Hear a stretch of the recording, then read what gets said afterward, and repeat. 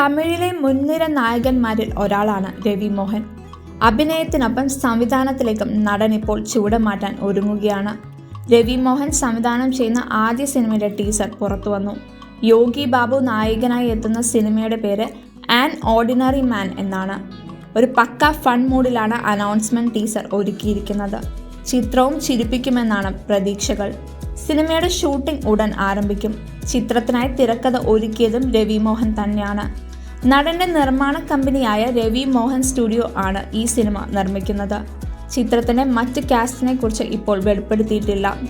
നേരത്തെ ചിത്രത്തിൽ തന്നെ നായകനാക്കിയതിലുള്ള സന്തോഷം യോഗി ബാബു പങ്കുവച്ചിരുന്നു.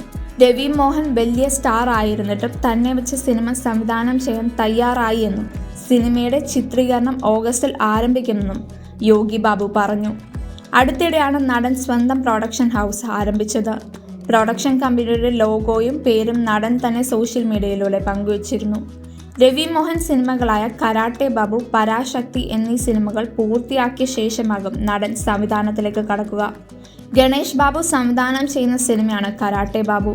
സുരൈ പോട്രു എന്ന സിനിമയ്ക്ക് ശേഷം സുധാ കൊങ്കര സംവിധാനം ചെയ്യുന്ന ചിത്രമാണ് പരാശക്തി. ശിവകാർത്തികേയൻ നായകനായി എത്തുന്ന സിനിമ പീരീഡ് പശ്ചാത്തലത്തിൽ ആക്ഷൻ ഡ്രാമ സ്വഭാവത്തിലാണ് ഒരുങ്ങുന്നത്. ശിവകാർത്തികേയനൊപ്പം അഥർവയും ശ്രീലീലയും സിനിമയിൽ പ്രധാന വേഷങ്ങളിൽ എത്തുന്നുണ്ട്. രവി മോഹനാണ് സിനിമയിൽ വില്ലനായി എത്തുന്നത്.